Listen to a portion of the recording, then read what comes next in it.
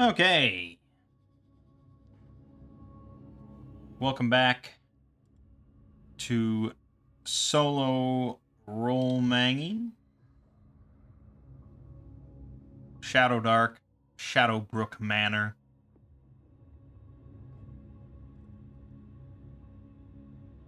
And we have successfully explored the entirety of the first floor, except for room number 14, which we haven't really gotten into. I don't know if we even will. I mean, we could see what's in there just from a DM perspective. How big is it if we don't get in there? There's a circular table of 4 chairs. On the table, there's a crystal ball, which I guess is a magical item that you'd probably use to spy on stuff. But each time it's activated by a particular character, there's a cumulative 5% chance the user will be struck permanently blind. Only a heal or wish spell will restore such a character's vision.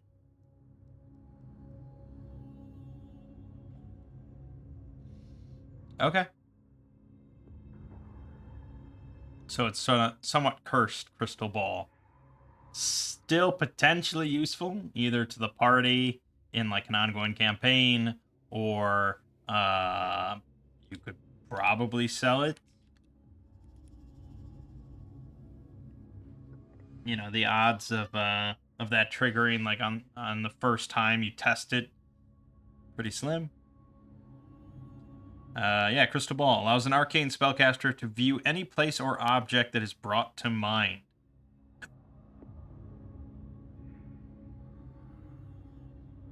Clarity of the vision is dependent on the scryer's familiarity with the subject. So, yeah, certainly not a unuseful object. Okay. So not a huge deal, though, if we skip it. But we are heading upstairs now. We're actually quite... I'll start the torch time. We're quite loaded with treasure. There's very good... very good reasoning to just leave, especially while it's still somewhat light out, to try and head back to a settlement. Or find, like, a safe place to camp for the night, away from this place.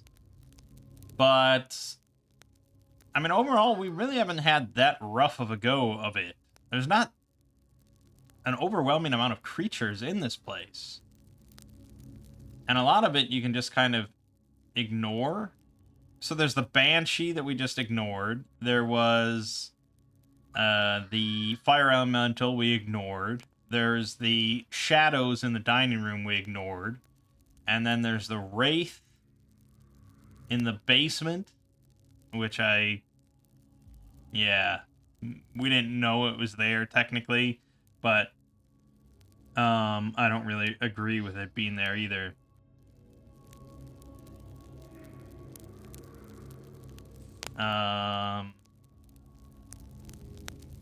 Yeah, the Wraith down there is just kind of iffy. There's also the magic jar, which we ignored, and the yellow mold we ignored. So we're just kind of like peeking our eyes into a room and seeing if there's any easy treasure or lack of enemies of any kind. So we're you know, but still, I mean, we found quite a bit of treasure so far, a decent amount. So yeah, we'll keep going. We're at full health and everything. We just don't have holy weapon for the priest, but otherwise we're all good. So we're gonna head upstairs. And that means, let's hit the top of the stairs and let's roll a random encounter check right now. Because I might forget otherwise. Okay, we're good. So we can see, you know, we're on kind of the balcony overlooking the Great Hall. Hallway to our right. Balcony extends to our left and ahead of us. And there is sort of an open area on our left that we can probably get a good look at from here. So that's number 17, the alcove. In the center of this otherwise unremarkable area stands an ebon statue with living eyes. A plaque at its base reads, "The Spy." Details, if required, are left to the Labyrinth Lord's imagination. How would I run this if the players get really curious about it? I don't know. I'd have to read like the background text for the adventure for the module and kind of get a full understanding of who the owner of this manor is to decide what he would do with this statue in his house with living eyes. So the eyes are like moving.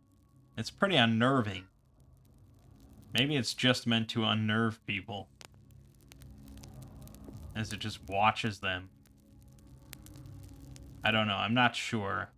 So I'm not going to do anything with it here other than it's just there to unnerve people. But yeah, if I ever have to come up with something in the future, hopefully I'll have read the whole adventure at that point. Okay. Let's ignore that for now. And let's go numerically, I suppose, or somewhat numerically. Let's pop on over past it to room number 18. Our priest is going to listen at the door. He gets a 12, so if it's something reasonably loud. Guest bedroom. So he does not hear anything.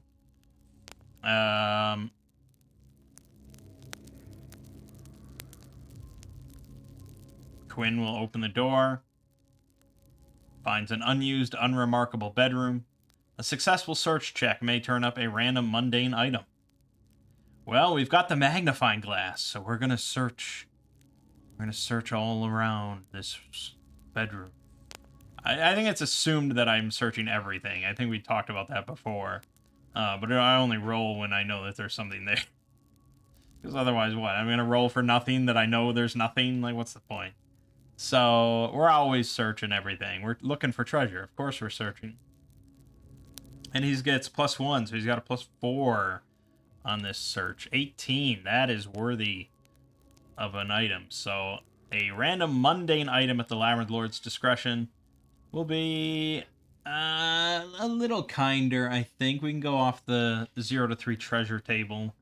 Although that's... I mean, half of this stuff is at least like 20 gold pieces in value. So that's not really a random mundane item. Do we have random mundane items?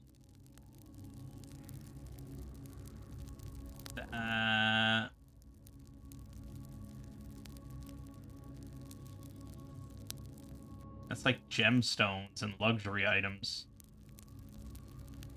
I don't know, what are we really thinking is here when they mean a random mundane item?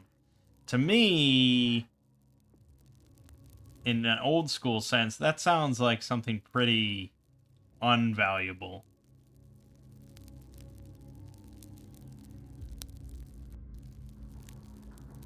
But this chart, you know, the treasure table is basically the same thing. This is all treasure.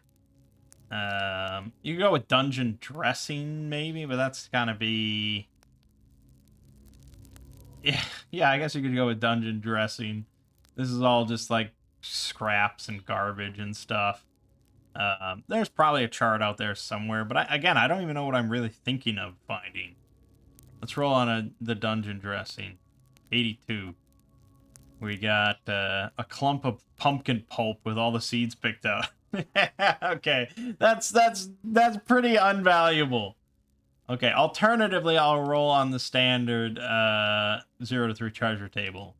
63. That's going to be valuable. That's going to be a light, warm cloak woven of spider silk worth 25 gold pieces. That's worth an XP at level 1. For sure.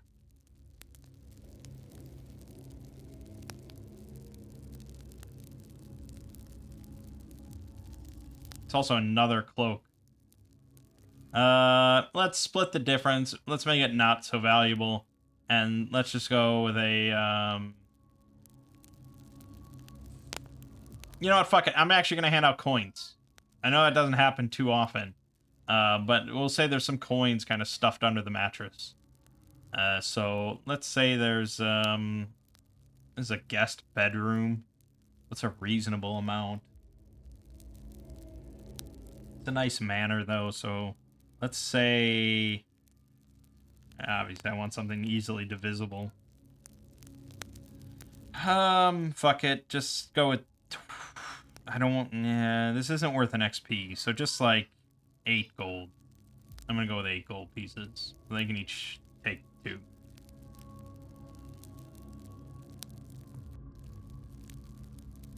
Okay. Done. That's it. That's all. That's it. Okay, next door. Listen at the door. An 11. Not so hot. But I think you'd actually hear this. Probably I don't even need a listen check, really. They probably all hear this. The sound of, like, a songbird just sort of singing away inside of there. But it sounds almost mechanical or artificial. It doesn't sound like a real bird to their ears. Quinn will open it. It doesn't sound especially threatening, but you never know. You want to be cautious. And so inside we see the same sort of bedroom, but in the corner near the window, in a cage, there's a small bronze clockwork songbird. So looking very mechanical. Just keeps singing away and chirping away. So if we could speak with animals, it would reveal the canary is actually repeating the numbers 7, 27, 38, the combination of the safe behind the painting in the gallery. None of us have Speak with Animals. I think one of the scrolls we picked up is Speak with Animals.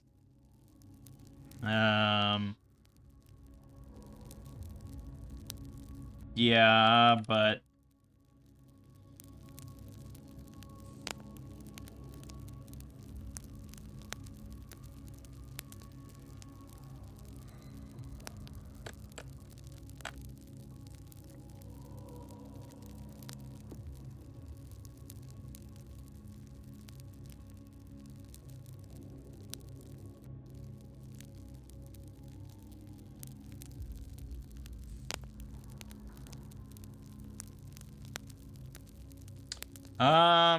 here's someone's suggestion of an arcane trickster class, which gives them the use magic device ability, so they can cast spells from scrolls. So yeah, in OSE or old school. Okay, so here's the thief from OSE. Scroll use. Oh, you have to be a 10th level or higher, and there's a 10% chance of error. Okay, that's not nearly as free rolling as I thought, considering they cap out at 14th level. Yeah, this is normally I don't think I'd ever roll without some sort of like witch or wizard or some sort of spellcaster. So, magic is amazing. Magic is the reason that many of us like to play fantasy D20 games and this sort of stuff. Any sort of high fantasy game, that's because of magic. So rolling without it is a little tricky. We have a priest, but yeah, no speak with animals. Unless that's a priest spell in this game. Guess I could look. It's not even in here, is it?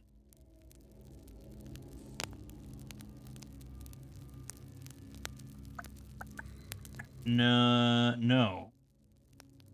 It's in one of the supplements, though, the novice magic supplement. Let's see. Let's see, novice magic.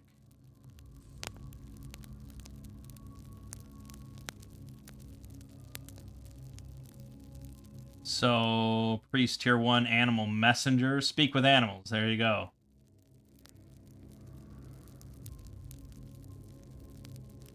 Yep, tier 1 priest spell. That's it right there. Is it also on the wizard list? No, it is specifically a priest thing. Really?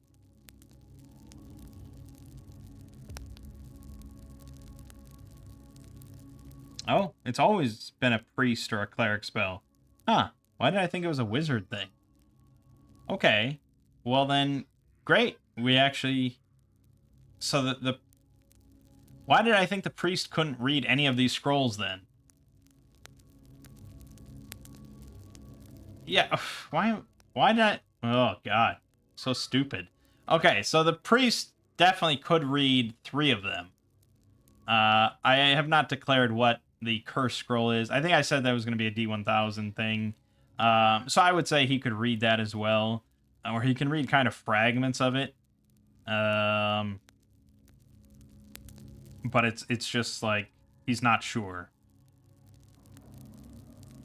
He's not sure what it does. And if you took it to a higher level spellcaster, they could probably tell you that it's going to be some sort of... It's calling upon the essence of magic itself to sort of do as it will. So there's no predicting what will happen when you activate it.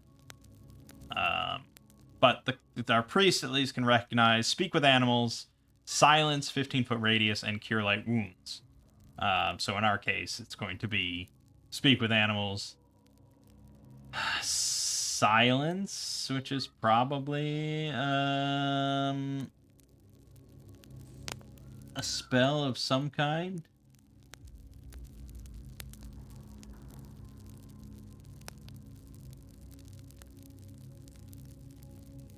Oh, that's a wizard spell here. Shit. Doesn't really matter too much. We can obviously just use the silence 15-foot radius. And I'm not even going to use the scroll, so it doesn't matter too much. I mean, I could. We could use it to basically destroy the Banshee with no issues if we wanted to. And I think this module even mentions that at the start.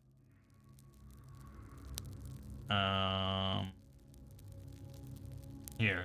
Please note that several of the items present in the house could render certain encounters far less lethal. The Silence 15-foot radius scroll located in the scriptorium could deprive the Banshee of her only weapon. So yes, you could very easily do that. I don't know if many new players to this sort of gaming would realize that.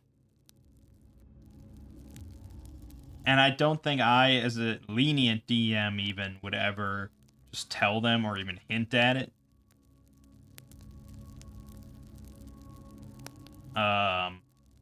But yeah, for players that think of that, it's pretty great. So we'll just leave it. But we are going to use Speak with Animals. So that's scroll number 1 right here. We're going to use that up. There's no check.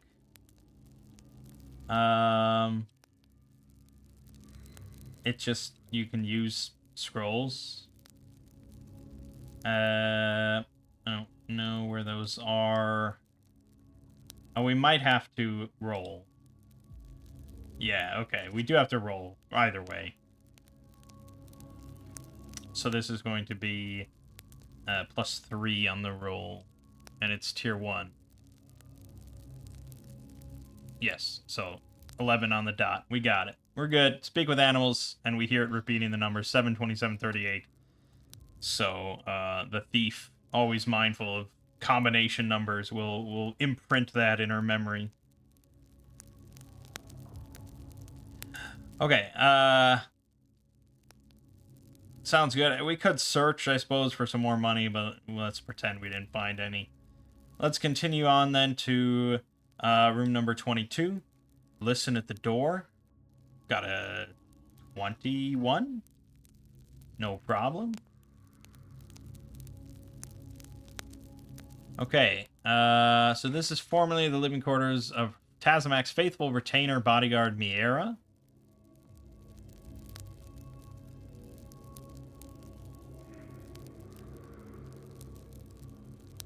Who hasn't entered it since his master transformed him into an unsleeping, undying, unholy, unswervingly loyal skeletal seneschal.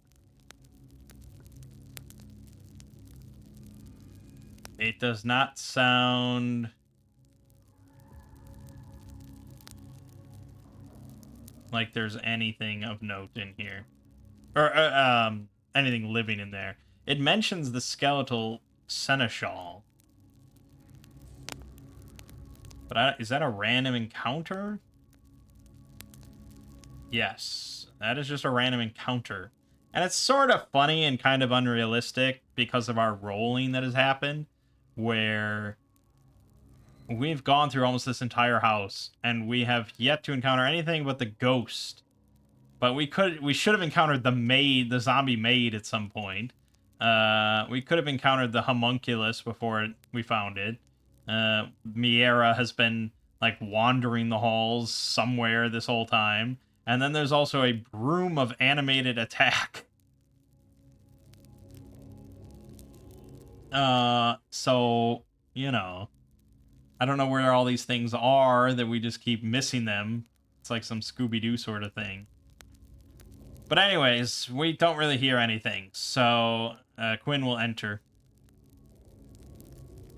And we find it covered in cobwebs, hanging all over the place. Thick layer of dust coating everything. The air is stale and... Oh, wait, we have to lockpick it first. Okay, I got a 17. We're good. It looks like no one has entered this room in a very long time. And some of the floorboards are in the advanced stages of dry rot.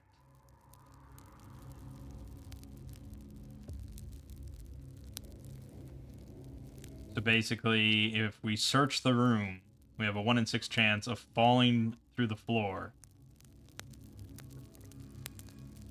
dropping into the dining room 20 feet below and possibly breaking his or her neck.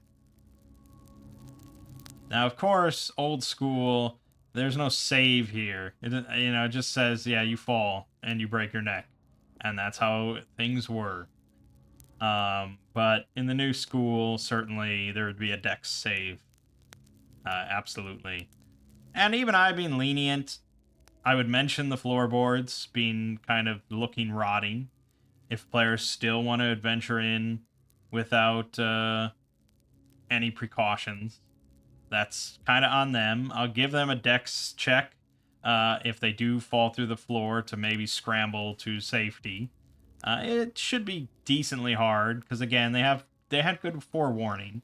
But then if they do end up with all that and they fall, yeah, they're taking 2d6 damage. Like there's not really. I wouldn't sugarcoat that. It's a 20-foot drop. That it should be at least 2d6. And then the dining room is filled with the shadows, so that's the real problem. Of course, we're not idiots, so we're going to take the 60 feet of rope and tie it to Quinn and tie the other end to, well, Mira, who's pretty light, obviously being a gnome, and has good dex in any case, either way. Not the full 60 feet of rope. We'll give her, like, 10 feet to go in there and just poke around, see if she can find anything, and tiptoe.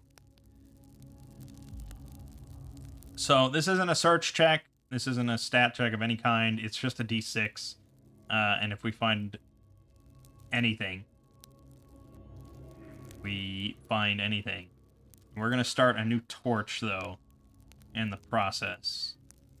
So I'm going to swap over to one of Handra's torches. We're going to set this back to 60. And we're going to do... So this should take, like, a round. I don't know if I would specifically say 10 minutes. You know, that's sort of always, like, kind of the baseline. But it shouldn't take 10 minutes. Maybe, like, 5 minutes is is what I would say. So if she wants to search twice... But then again, this is all assuming... I guess I'd have to describe the room then and say that there looks like just a lot of clutter in here. You know, there looks like a lot of... Almost like... Nah, I wouldn't describe it as a storage area or anything, because they're not finding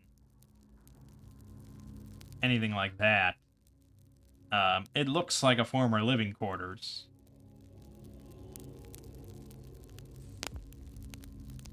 So, you know, there's a wardrobe, there's a foot locker, there's the bed, there's like a nightstand, there's things to search.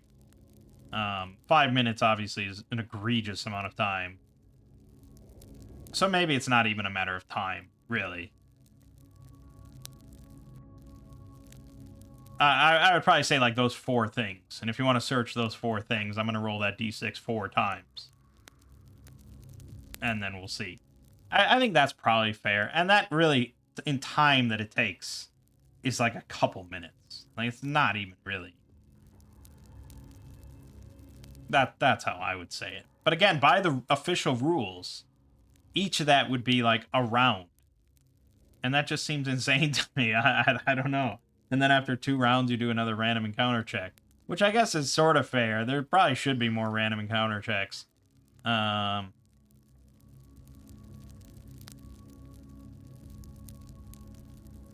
There's actually a pretty cool alternative to random encounter checks that I read about, and that's called the underclock. So this is from a blog, Goblin Punch, and basically the underclock is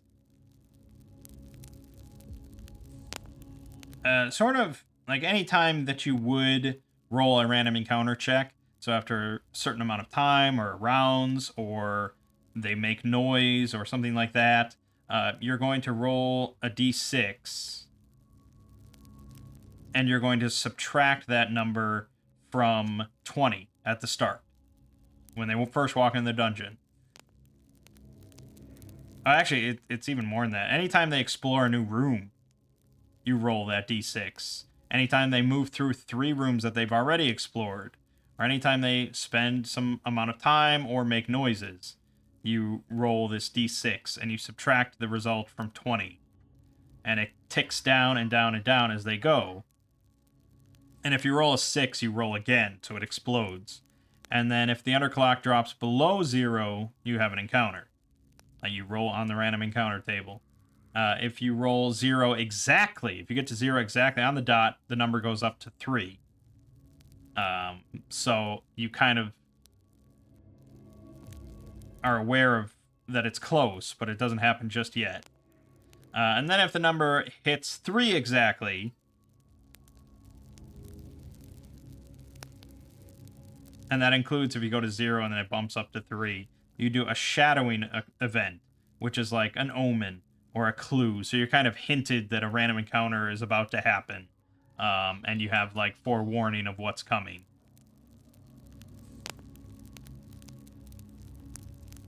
I'm not quite sure.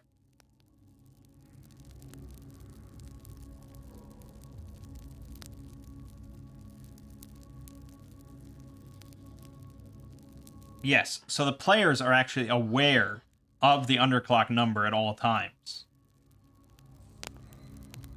So they can actually see as they're ticking down, like, when an encounter is going to happen. That's sort of gamey, I'll admit.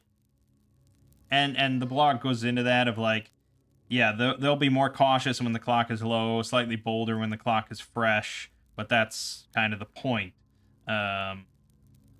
It's a tangible measure of risk, you know.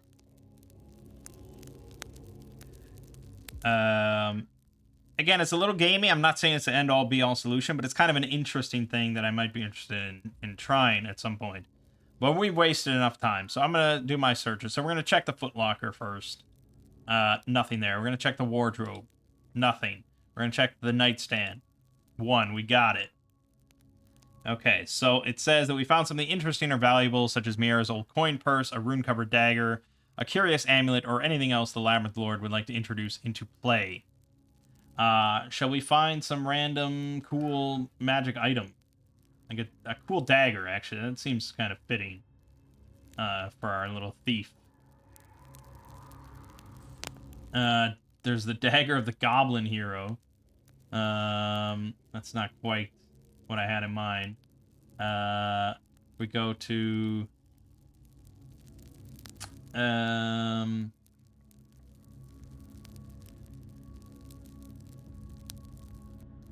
we could roll on this D12 thing, or we could go to the Treasure to Die For, which has plenty of other stuff. Is there any cool daggers listed here? Dagger of Betrayal. That's a +2. Holy shit, that's like a way too good dagger. It's a +2 dagger. Attacking a non-hostile humanoid by surprise forces a con check versus DC 18, or they're instantly slain. Any non-hostile humanoid. That seems way too good. I mean, yeah, you have to manage to get them by surprise, but you could also throw it. And I guess you have to hit, but still, pretty good. Alright,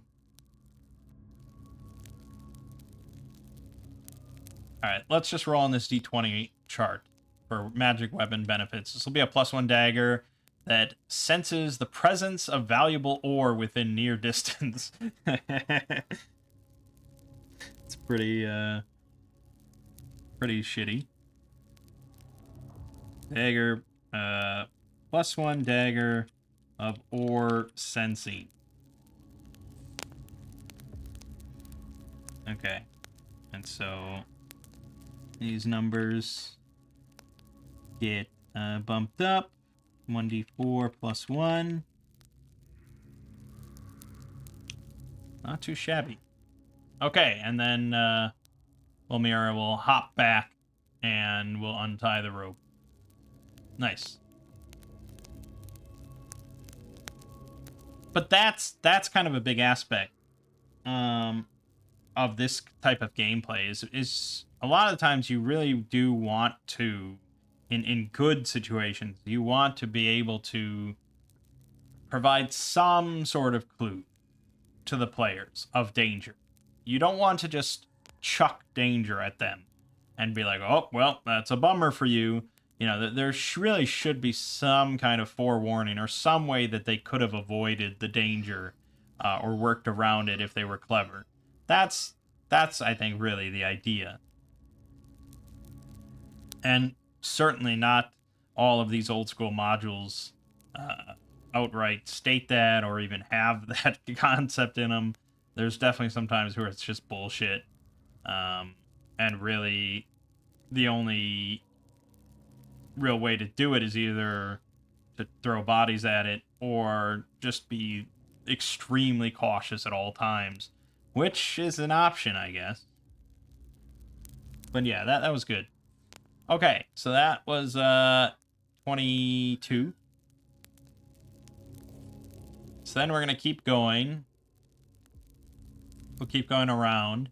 And then we see this sort of big opening with the doors to the balcony we can see. Let's keep going back around to where we started. And we'll check room 21. We will listen at the door. It's a 12. If we hear anything horrific.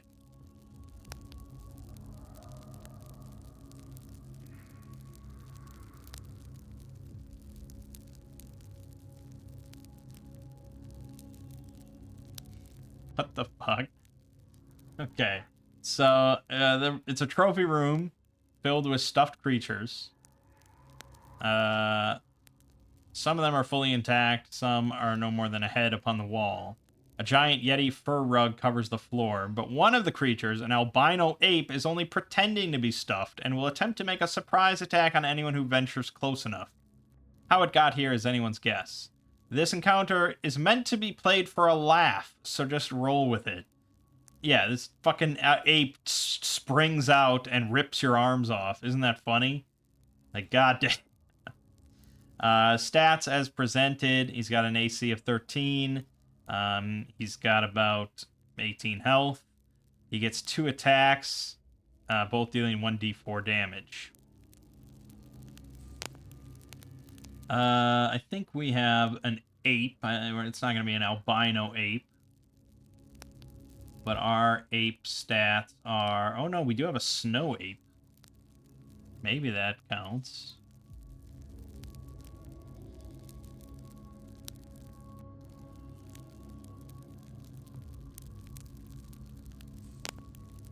The snow ape is a bit more in line with the albino ape. It's level 4, corresponds to 4 hit dice. It's got 13 AC, same as the other thing. It's got 19 health, which is basically what that one has. It's got 2 fist attacks that deal 1d6 each instead of 1d4, and they're at +4. So, yeah, I would say the snow ape is a little tougher, to be honest. It would be pretty easy to just run the albino ape, so I guess we would do that. So would we hear this thing? Not on a 12. Not on a 12.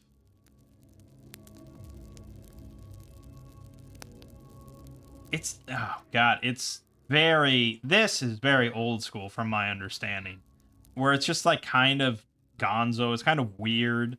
There's just stuff that's, yeah, meant to just kind of be funny in just a strange way. And so, yeah, you just be exploring this haunted manor, and suddenly there's an ape just pretending to be stuffed that jumps out at you, and it's like, well, what? Where the fuck did this go? What?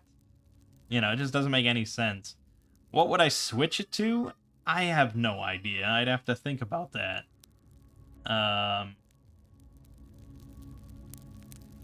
Honestly, we could throw Miera in here because it doesn't seem like we'll encounter her otherwise unless we get the random roll. So her stats is the skeletal seneschal. She's got 14 AC. She's got like 22, 23 health. She gets 1 attack, either a 1d6 or her weapon. So I don't know if she's meant to have a weapon. Morale of 12. Seems maybe a bit easier, kind of, if she doesn't have a weapon.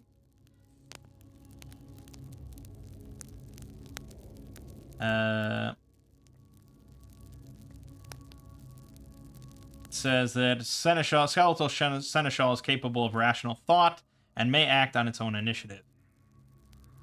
They are usually equipped with better armor and weaponry than normal skeletons. They possess eyes of flickering green fire. So it doesn't really mention how to run Miera.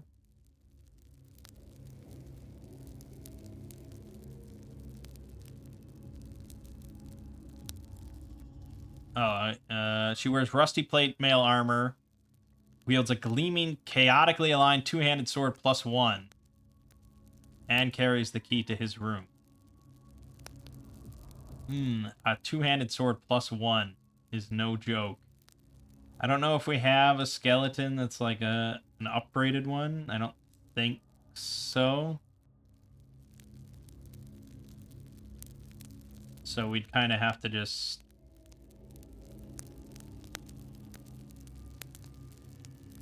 I mean, a two-handed sword, I think, is a D10. And it's a +1. I wouldn't be shocked then if it was like swinging with a +3 or +4 mod. Probably +4, really. So +4, D10 +1.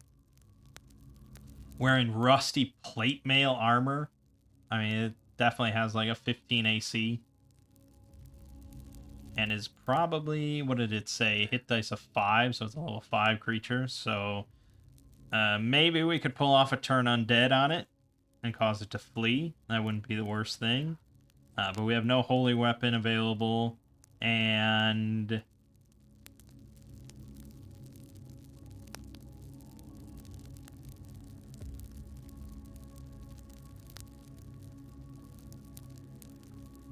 it's potentially doable. I don't know if we're going to get any sort of backstab off in this sort of situation, because I don't think we'd hear it. I don't think we'd know that it's there, especially because we rolled a 12. It's a skeleton. It's not breathing.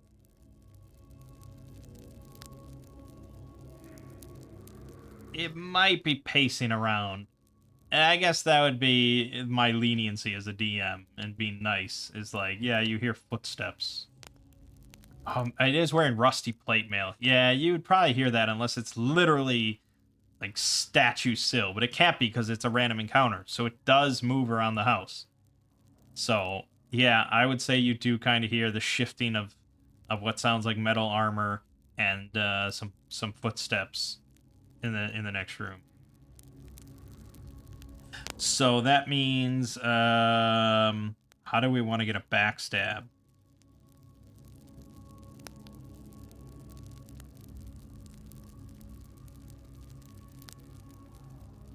I mean, honestly, we know what's in there.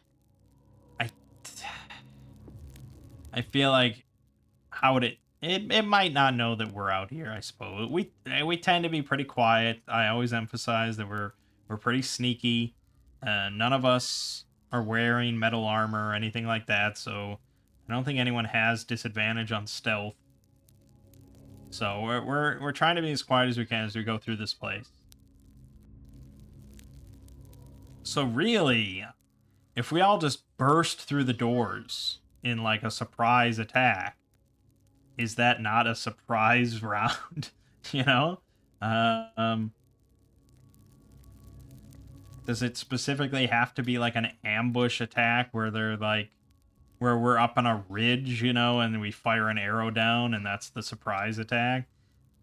Isn't the whole point that we are surprising the enemy in some way and bursting through the doorway and then suddenly launching our attacks? Seems surprising.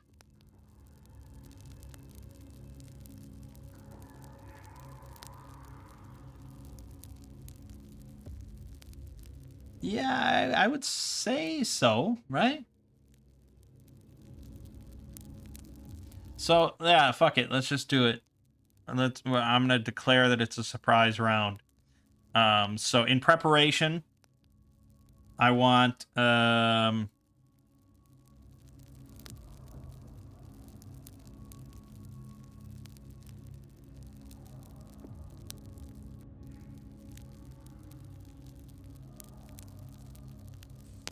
I want Handra to make her Phobane. No, because we don't know what it is. We have no reason to know what sort of creature it is. We could guess that it's an undead, because that's mostly what we've encountered up to this point. It would be a very safe bet. But I don't really want to be the metagaming type.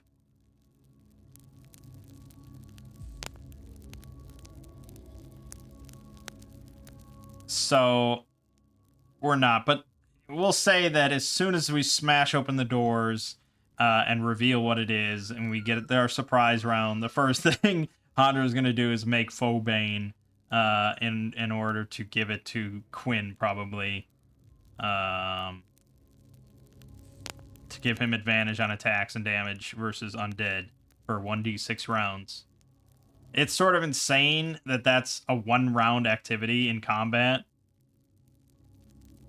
that you can just whip up a fresh batch of a remedy that's specifically targeted towards one creature type and feed it to someone. But the rules don't say that it takes multiple rounds. So, you know. I love that one of them is that you can't be surprised for 5 rounds. Like, how... When would you ever really use that? Where you knew that there was a chance of you being surprised. If you knew there was a chance of you being surprised, why wouldn't you just prepare to be surprised, or to try and nullify the surprise, instead of just taking an herbal remedy for one character that lasts 5 rounds? I don't know. I'm not sure. But anyways, all right, so fuck it. We're just bursting through the door.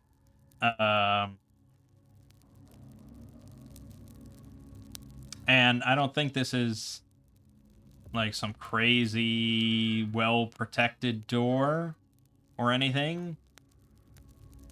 I think it's just a standard indoor door, so it shouldn't be much. Just smash it open. We'll roll a random encounter check at the same time. Okay, fortunately we avoided it. And we get our surprise round against this undead seneschal skeleton wearing plate armor and carrying a two-handed sword that was just pacing back and forth across this trophy room, surrounded by all these stuffed animals, taxidermied animals. So Handra is going to use Herbalism to make Fobane. This is a DC 13. We got it. So we're going to give it to Quinn, feed it to Quinn. And now he has advantage on attacks and damage versus undead for 5 whole rounds. Well, Mira will then open up with a crossbow shot. So this is going to be +3. So that's a 14. I think we ruled that it has a 15 with its plate armor. So that's going to be a miss, unfortunately. I have no luck tokens, so there's nothing we can do about it. And then Quinn will rush in with his gleaming magical longsword that's been that can deal magical damage, but that doesn't really matter for this. And he gets advantage on the attack roll and the damage roll. So he rolled a 19 and a 1. Well, we will take that 19. And our damage is going to be perfect. 9 damage. So we said that this thing had 5 hit dice. I said that that was 22. We're going with 22 health. So we've just taken out 9 of it. So that is 9 math 13. 13 health remaining. And then Earlmar, he could either swing his sword. He does have a luck token, so there's a decent chance he'll hit. Or he can try and turn undead. Let's take a quick glance at turn undead while we're sitting here. So he has to present his holy symbol. Charisma check versus his spellcasting check. And basically, if they fail, they flee for 5 whole rounds. I don't think we really want that, though. We have a surprise round. We have the ambush. I think we just want to pile on as much damage now and then hope we win initiative and pile on the rest of the damage then. That's the most ideal situation. Also, once again, Handra is holding a torch. I didn't really mention it, but that's the standard MO. So Earlmar is going to rush in also and swing his long sword. No advantage. He got a 2. We'll spend the luck token. 15 on the dot. Perfect. 1d8 damage. Fucking 1 damage. Alright, 12 health on the Seneschal, Miera. So now we roll initiative. We get +3. The Seneschal is not going to have stats listed. So I need stats for like 5th edition. For like a skeleton champion or something. Yeah, this looks fine. +1. Yeah, that's fine. Perfect. So +3 for us, +1 for the Miera. Ours is a 16. His is a crit. Damn. No walking away from that. So he's going to immediately swing at Quinn. It could just as easily be Earlmar, but again, I tend to be nice and go for the tanky fighters. Even though this is like a slightly more intelligent creature. But I don't know if he could just tell at a glance that Earlmar is like weaker. They're both wielding long swords with shields, you know, so it's like Quinn went in first, so that's what it is. And Quinn did far more damage to it. Many more times of damage than Earlmar did. So, the Seneschal will swing. This is a +4 swing. And D10 +1 damage. He critically failed.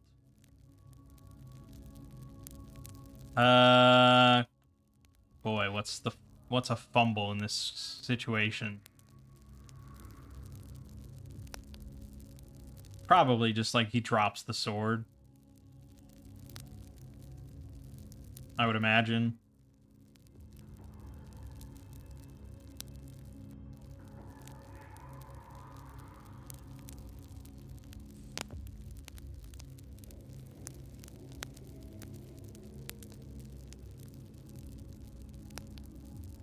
It's like, do I really want to set that as like a principle?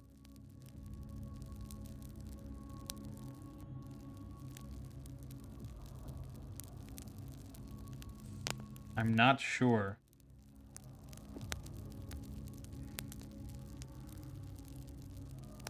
I think fumble tables can often be really fun.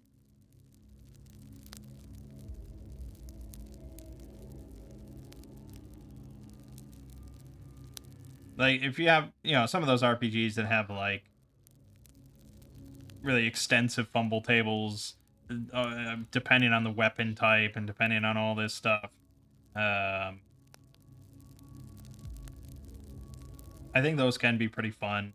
Especially critical hit tables that go really extensive. I mean, one of our most cherished memories of Warhammer Fantasy role playing is the critical hit table for like arrows or something that cause like an enemy's bladder to explode and just urine doused all over their lower half from their bleeding wound. It was really good. Um,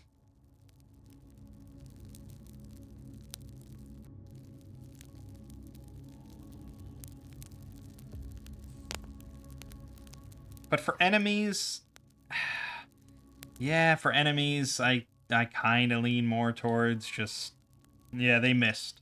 Because players don't really know that they rolled a 1. Enemies rolled a 1 unless you tell them. Um, and I could see sometimes making a bigger deal out of it if I think it's funny or really appropriate or epic or something.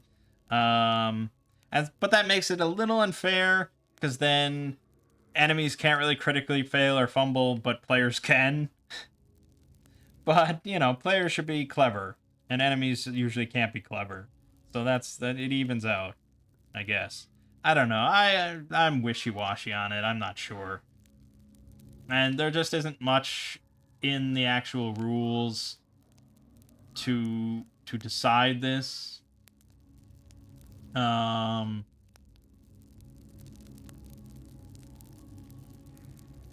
doesn't even say. It's got rules somewhere for rolling a 1.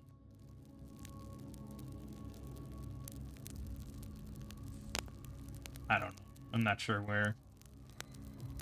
But anyways, for this we'll just say fuck it. It doesn't really matter. If he drops his sword, he's just gonna pick it up again on his turn, and that's the end of it. So whatever. He just misses. Back to us. Quinn will of course swing his longsword again. Advantage. He got a 21, no problem. And 1d8 plus 1 with advantage. He rolled an 8 again. That's another 9. So this thing's down to 3 health. Earlmar might finish it off. Nope. Critically failed. Here's a very... here you go. Perfect situation. I decided to nullify the enemy's critical fail. Am I also going to do the same for Earlmar? Yeah. I suppose. Again, I'm not even really sure where it says... Oh, here you go.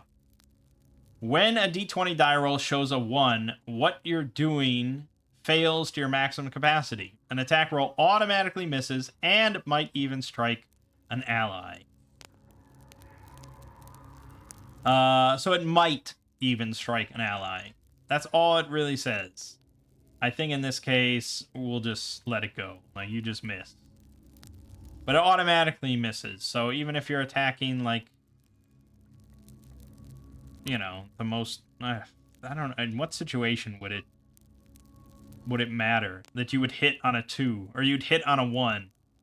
But no, you rolled the 1, so it's an automatic miss. Like, that doesn't really happen, I don't think.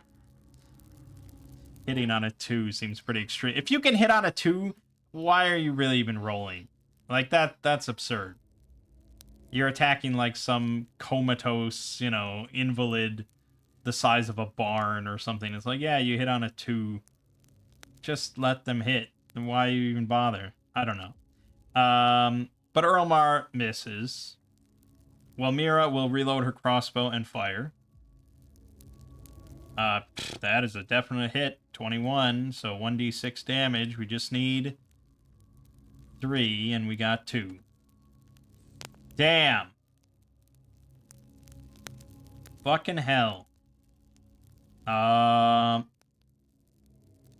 guess Handra, sensing that this creature is about to fall, will rush in with the torch.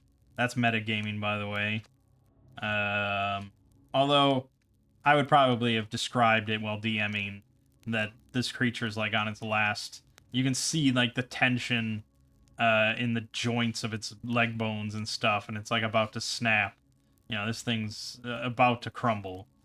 Usually I like to kind of forecast a general depiction of an enemy's health. Because it should be somewhat visible, you would imagine, and most of the time. So Handra will rush in with the torch, and this is going to be basically like a club. We're just going to club this thing over the head. So, +2 on the roll. Unlikely to hit. Yeah, 14. We were off by 1 number. And I had my +1 quarterstaff out, but I'm holding the torch, unfortunately. Alright. This guy is going to, he's got a morale of 12. It says that he is capable of rational thought. But it sounds like he's immune to morale checks. Because he's undead. So what is the rational thought that he's capable of? Staying here is not rational. It is highly irrational for him to remain in this fight. There is like 0% chance he wins this fight. So does he care about his own survival or not is really the only question that I care about. So like a lich is not just like immune to caring about his own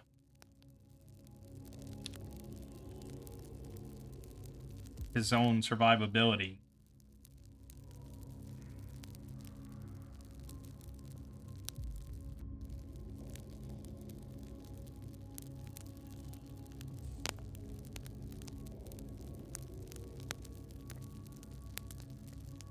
No, actually, it doesn't seem right. What's the point of him having rational thought?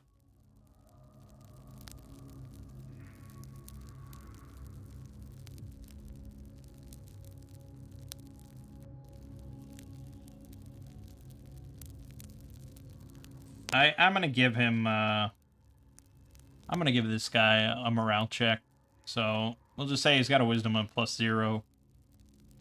And he failed the morale check. So, he is going to just start running. Which is very unusual for a skeleton. You know. And they can kind of tell that this is not a normal skeleton. There's something a little special about him. But he's going to rush past the 3, rush out the doorway, and rush, we're here. So he's going to rush over here to, like, the top of the steps. That's how generous I would be. And Welmira will cock back her crossbow one more time, take another shot, fails, goes wide. I would say probably, just because I know players would care. They'd want to make it happen. Handra will, like, drop for... Although, if she drops the torch... Okay, so she'll run outside the door, drop the torch, pull out the longbow, and fire off an arrow. Again, unlikely to hit. Also misses. Then the only last case possibility of killing this thing is Erlmar running out and just pulling a dagger from his belt and throwing it as fast as he can. So this is +2. technically. Okay, they all failed. They all rolled abysmally. So the seneschal flees down the stairs, and we could chase after it, but at this point, I don't think we'd really catch it. Like, if you're just doing a chase, you know, there kind of has to be something that would allow you to catch up. And in Shadowdark, most things have, like, the same speed. So we'd have to, you know, the crossbow is a no-go, because I'd have to skip my move to reload. Maybe Handra could catch up, theoretically. But the only thing we really care about is the sword. And I probably should have had to drop it on a 1 when he fumbled. And then we could grab the sword. But we wouldn't even really use it, so whatever, it's fine. And that's the end of that fight. So Quinn will pick up the torch again. And, you know, we all did okay. Actually, none of us took any damage or anything. It was completely fine. We dominated that thing. That Foebane, advantage on Quinn's attack and damage. That was spectacular. That's, if you know what you're fighting, that's a very big deal. And really, Handra could have just, like, also, the next round, made it for Welmira. And that skeleton would have died, for sure. And then the next round, he could have fed it to Earlmar, you know, and have all of us just advantage on all attacks and damage. It's crazy good. So there you go, the Ranger redeems himself a little bit. Okay, as for this room itself, the only really valuable thing in here is the rug.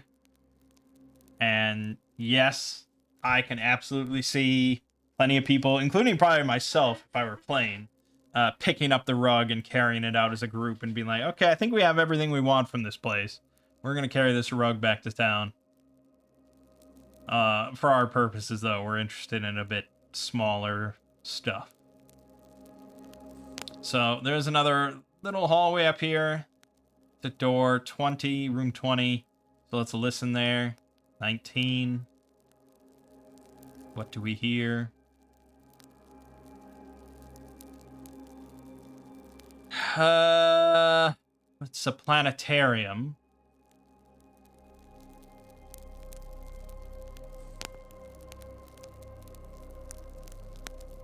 I don't think we hear anything. So Quinn will open the door.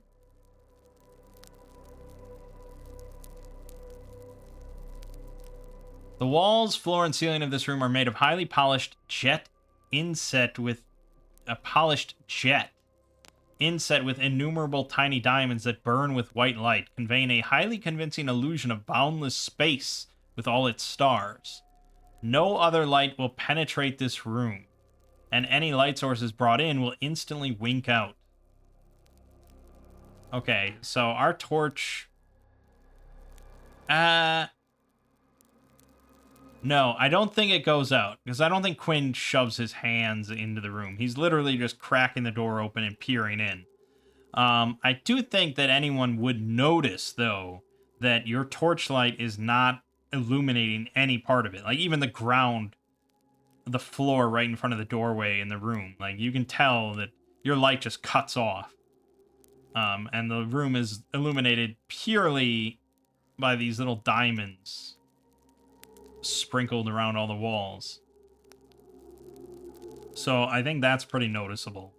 So I'm not going to cut the torch out just yet unless I decide to go in. I'm going to roll the random encounter check. Nothing. And, but you see, going back to the underclock, that's why I brought that up, because it's very possible for a group to go through this entire manor and never have a single random encounter. And that's not really that interesting. That's not really that fun. You don't want to be overloaded with random encounters, but you want a few of them, because that kind of keeps you on your toes.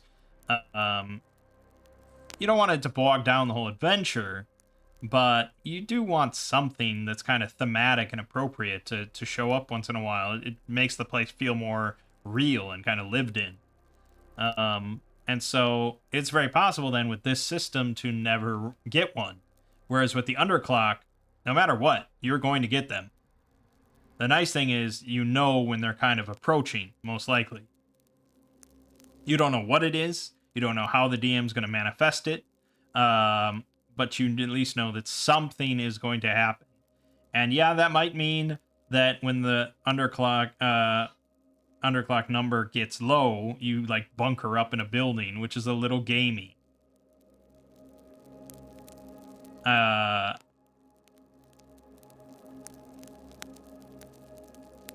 But you know, I don't know.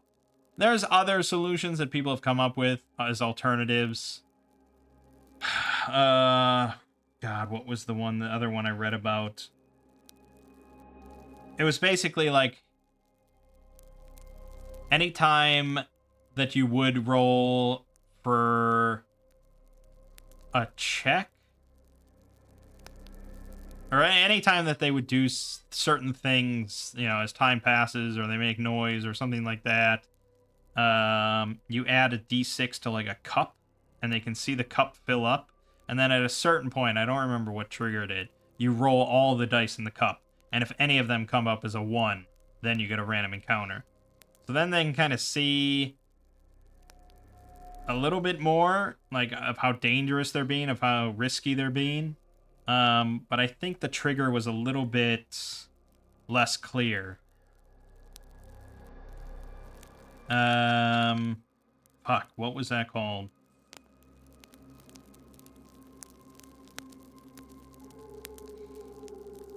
As I let my torch just tick down. We have a lot of torches. It's fine. Fuck. What was it called? No. No.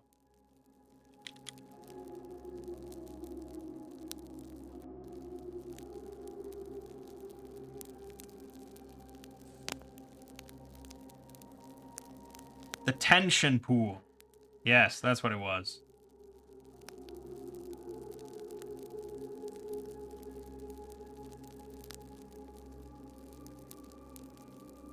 Okay, so this is from the Angry GM.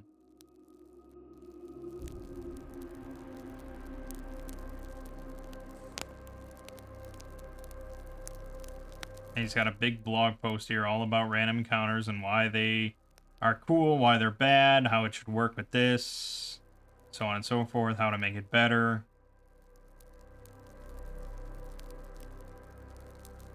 This is a big blog post. I don't think I even read this whole thing.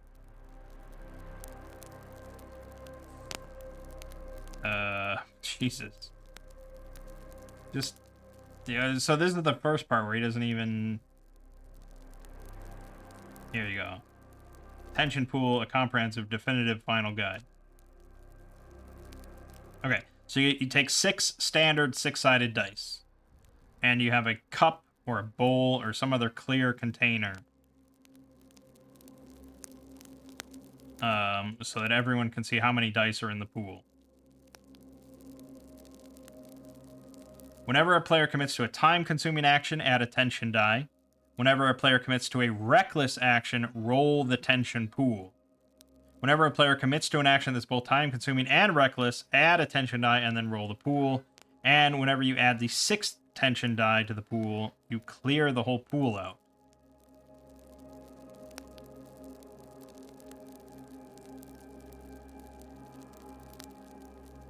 That's kind of interesting. What do you mean by clear the pool out?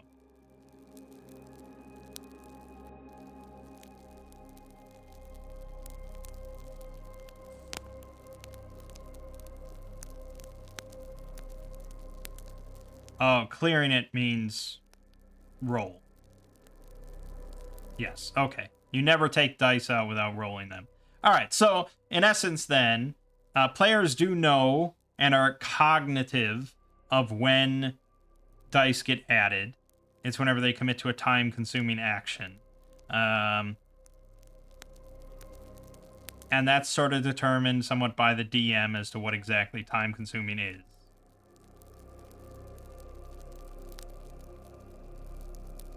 And this can be used in dungeons or out of dungeons, because it doesn't necessarily call them encounters, it calls them complications. So, you know, if you're milling about town and spending a bunch of time, you could have some complication arise that can take a myriad of forms. And if someone takes especially long, complex, time-consuming actions, you could add 2, 3, or more attention dice to the pool.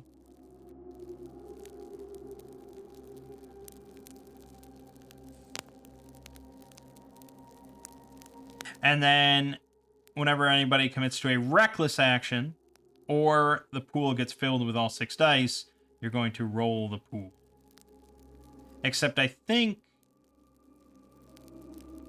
yeah, if it's a reckless action and you roll the pool, you put the dice back into the pool. So reckless actions don't reset the number back to 0. I think it has its pros and cons as well. I think in a lot of cases it does prevent the sort of bunkering up method that the other one might have.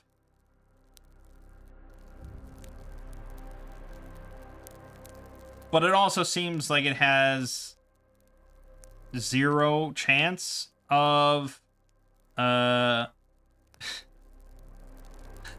a random encounter if the players never take anything time consuming or reckless. Like if they're very cautious and I don't want to say slow, because that would be time consuming, but if they're just continuing to move through the dungeon and being cautious, it doesn't sound like you'll ever have a random encounter, unless I'm misunderstanding this. So I'm not sure. But like I said, plenty of people have come up with various solutions, alternatives. Here's one called the hazard system that another blogger has come up with.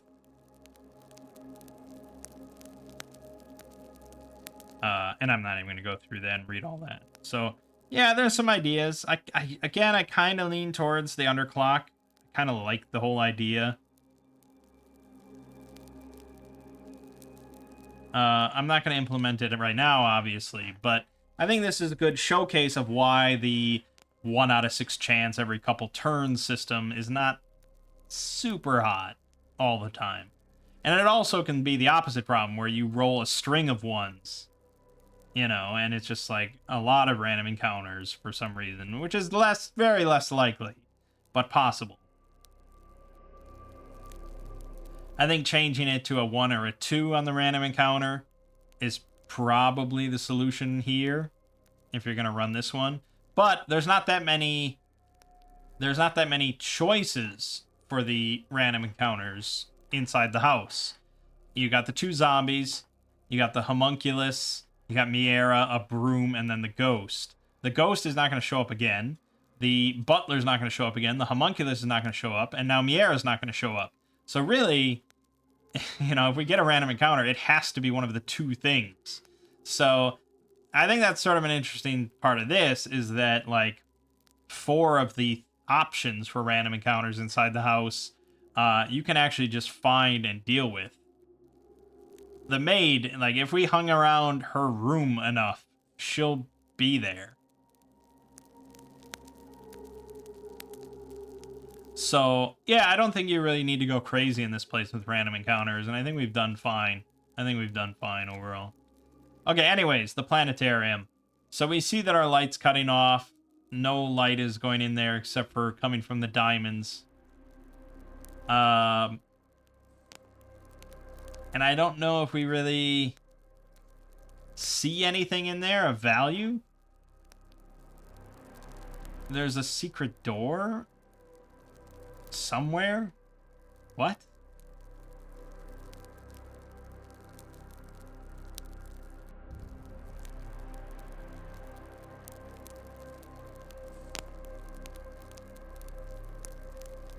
Oh god, yeah, there is a secret door in there. You'd have to notice, you'd have to have a character notice that one of the lights seems to be out, and then you have to cast the light spell on the burnt out diamond, and that will outline the secret door.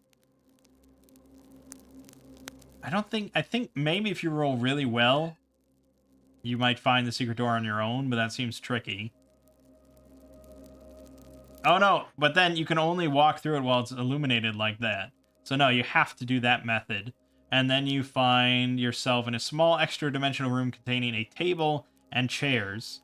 Upon the table is a map of the house, several sets of polyhedral dice, and a number of tiny painted lead figurines resembling the characters. And it also reveals the location of the secret door to the withdrawing room.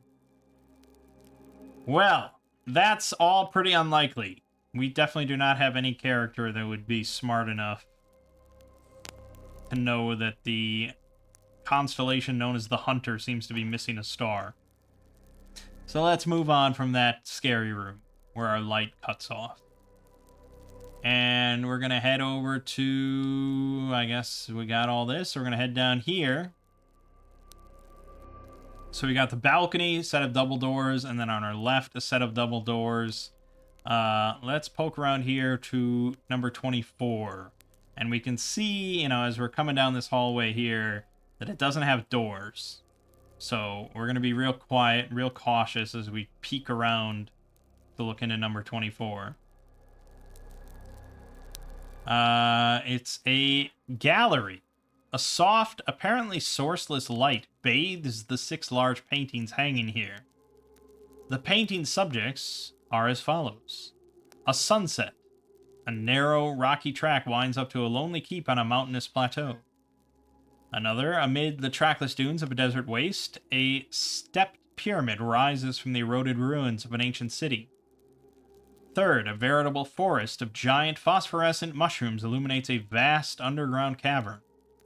Fourth, atop 2 pillars flanking a smashed iron gate, a pair of leering gargoyles beckon you toward a massive temple crawling with blasphemous iconography. Fifth, a smoking volcano in the midst of a great swamp. Sixth, a tropical island surrounded by a seemingly endless expanse of ocean. The paintings represent real places and may be used as the basis for teleportation spells. Also, in addition to being worth 1,000 words, each picture could be worth quite a bit of gold to a wealthy art collector. Staring at any one painting for longer than a turn requires the character to save versus spells or be consumed by the desire to visit the location depicted. Behind the first painting is a nigh indestructible wall safe containing a lot of money from other worlds and or eras, totally worthless here. 6 gold bricks worth roughly 300 gold pieces each as well. Opening the safe requires both the combination and the electrum key in the master bedroom. Well,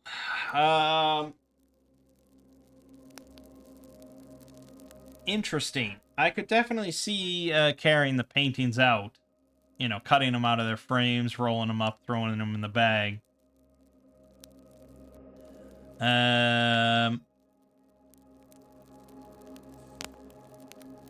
But we don't have that many slots left, so I don't know if we really want to get into fine art as our treasure that we're going to take out of here. If we have space and we want to dump some things before we leave, we'll grab the paintings, but for right now, we'll just kind of look them over real quick. And obviously, we wouldn't really notice that there's a safe behind any of them, and I don't know. We might notice when we cut them out, obviously. If we cut them out. Moving on. Let's listen to the door here to 25.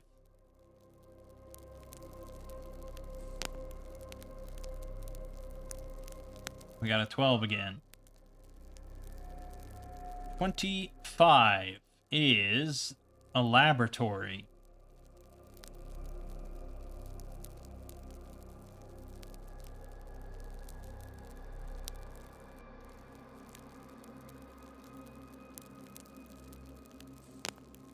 Doesn't sound like we would hear anything, actually.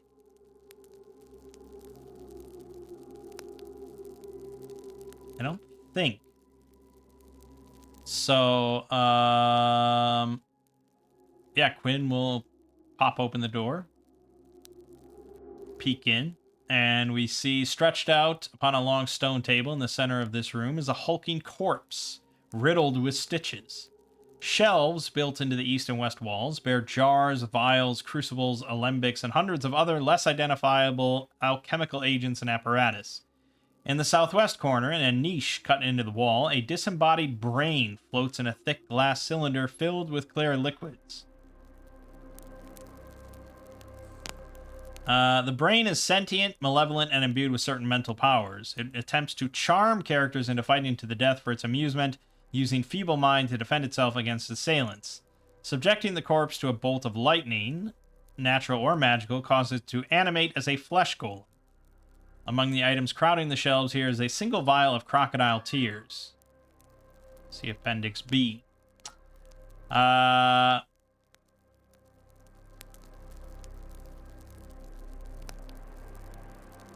Okay.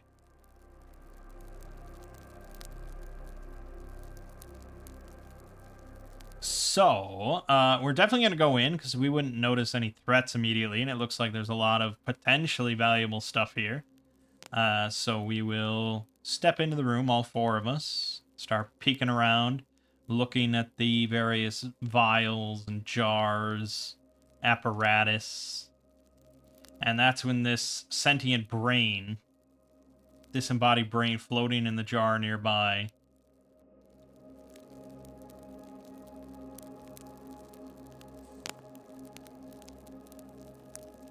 cast once per day Charm, Confusion, Feeble Mind, and Telekinesis. The brain itself has no armor class, of course, though the container that protects it may. And it said it had an AC of 9, so that's an AC of 10. And it has 1d4 hit points, so pretty much any hit to this brain is going to destroy it. It's not a super special, magical creature. It's literally just a brain that still has mental powers and can cast spells. So we're gonna go with, let's just cast Charm Person. I think we're gonna give a Charm Person, which will work on all four of us. I mean, we're all viable targets.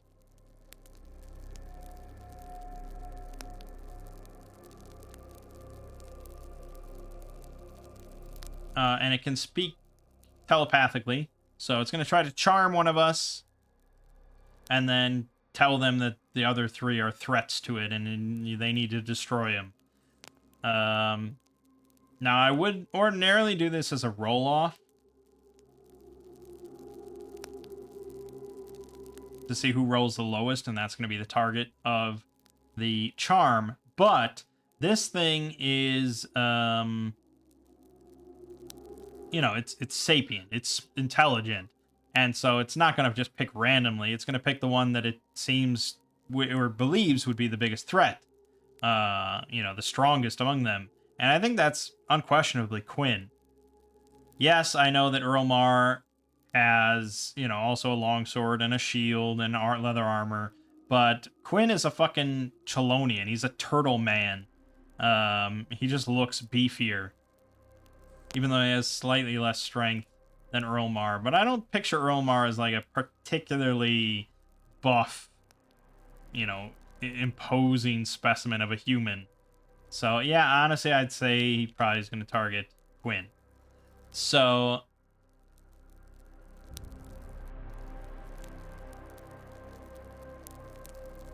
now, per the normal rules for Charm Person, there's no save here.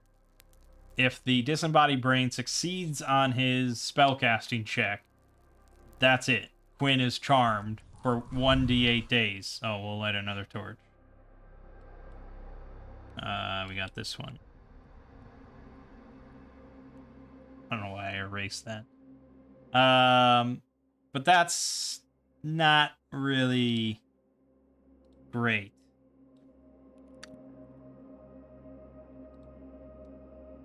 So, in old school terms, they'd get a save versus spells.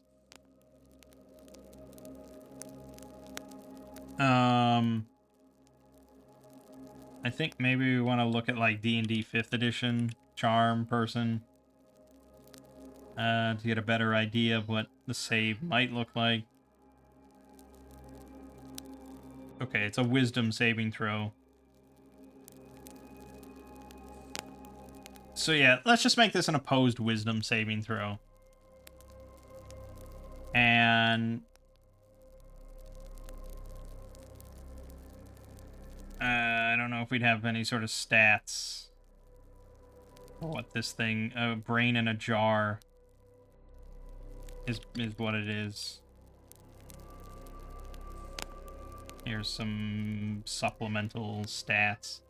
Okay, they're giving him a +0 wisdom, but a +4 int. Sure. So we'll give him +4 int, but we'll have Quinn roll wisdom, which is terrible. He's by far the worst target for us. He's got a -3 wisdom.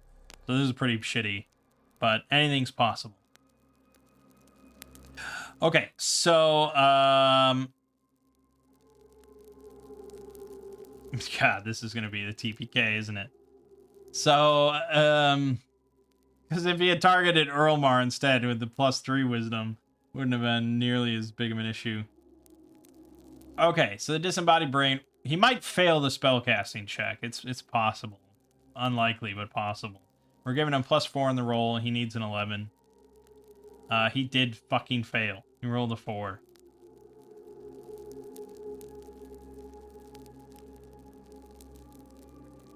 Well, then all the rest of that was kind of a moot point because he failed his charm. Now, yes, per my house rules, the spell would still go off. He just wouldn't be able to cast it for the rest of the day. But if I were DMing this and I was going to enact this plan, yeah, I wouldn't let it go off. And I would say that Quinn sort of feels like a tickling in his brain, in his mind. Something just tried to intrude upon it while in this room.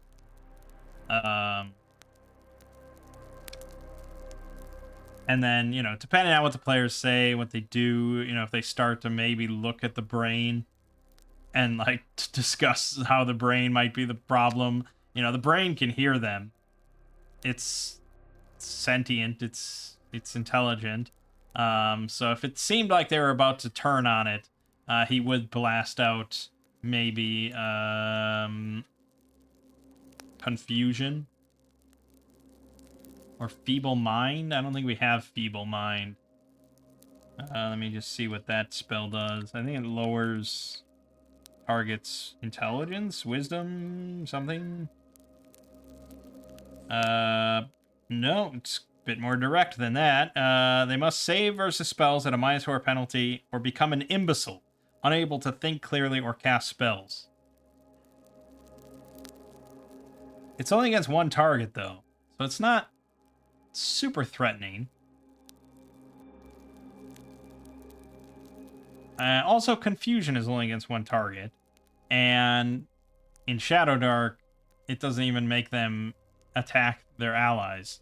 So he didn't really have much going for him outside of charm. I don't know what else I would give him, though, that would be sensible for a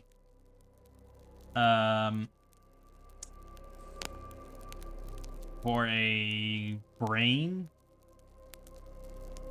I mean, those spells that they gave him definitely make sense.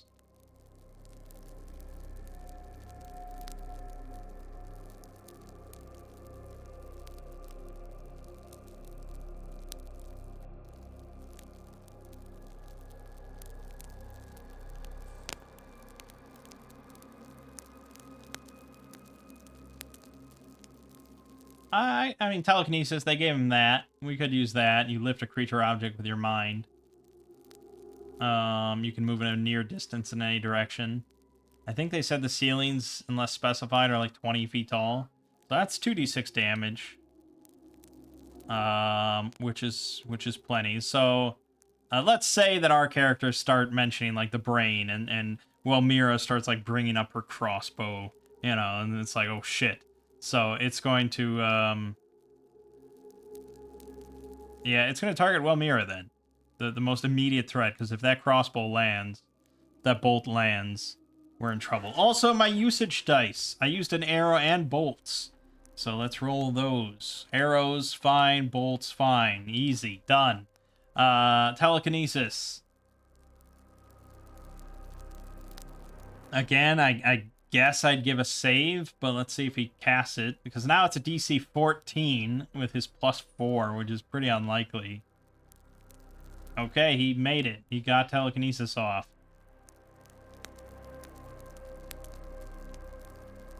I'm going to go ahead and do it a different way. I'm going to say that she doesn't resist the telekinesis effect. She gets raised 20 feet up to the ceiling, and then dropped. But then I'm going to give her a dex check to maybe take half damage. Still going to be a 2d6 roll, but she might take half of that, which could let her survive. So here's her dex check. Would this have advantage? It's like a tumble thing, right? I mean, this is a thief sort of thing. You jump off of rooftops and roll and stuff. So yeah, I'll give her advantage on that. Okay, she still failed. So she's going to take the full 2d6 damage here. Only 3. Real lucky roll there. So she landed maybe on the corpse in the center of the room or something, and she kind of had a softer landing. Still hurt, but, you know. Okay, now we roll initiative, because now we are definitely certain it's the brain. Maybe we saw it move in tune with that telekinesis effect. So we're rolling +3. We got 20. Its roll is whatever. It failed. So Quinn is going to rush forward with his longsword. I guess he has the torch out. Yeah, he's got the torch out, and he's just going to use it as a club. So this is just a +2, actually. Shockingly.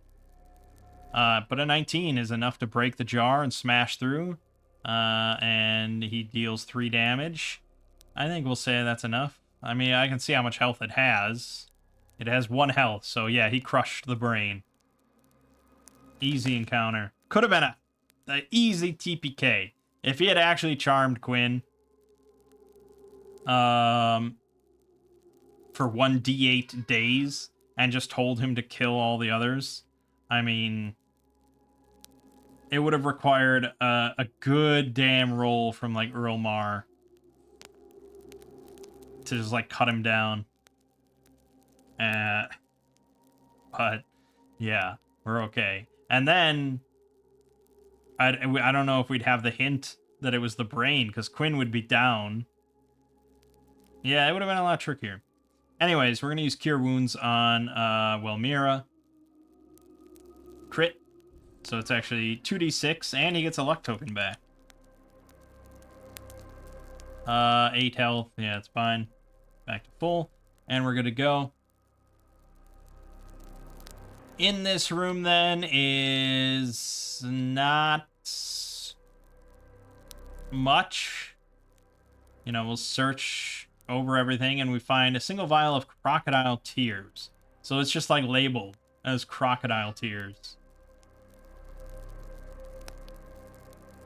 Imbibing this small quantity of salty green liquid makes a character weep uncontrollably for a full turn, causing every character within sight and or hearing, even golems and mindless undead, to cease whatever they're doing and feel sorry for him.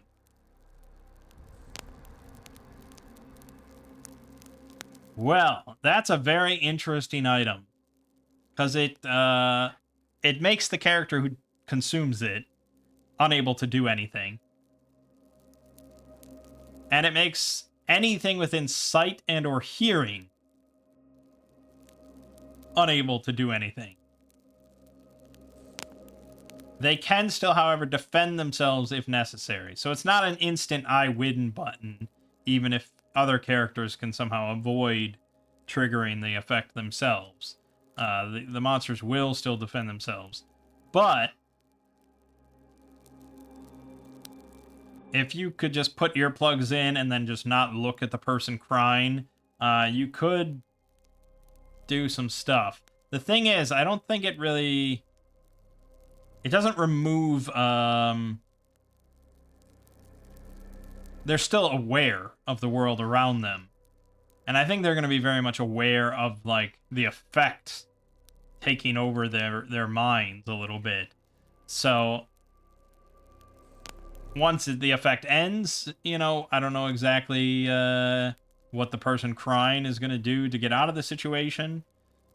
But it could give some others the opportunity to, like, slip past unnoticed if they stay out of sight or something. You slip behind them or something, you know, stuff like that. I think that's a very interesting item. I like that a lot.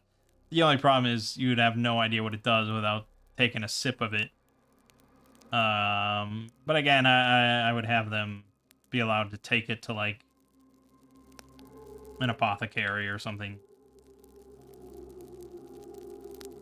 So we'll take that. We'll write down crocodile tears just because it sounds interesting enough. Okay, moving on. We're going to listen at room number 23. 13 is our number. And here we finally get to this nude woman.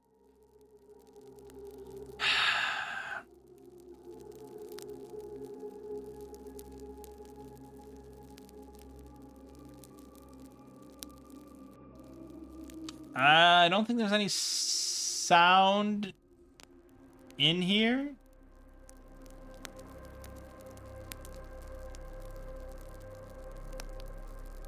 Yeah, because this woman, this demon, is an Aranyes? I'm not quite sure. But it's not there right now. It has to be summoned.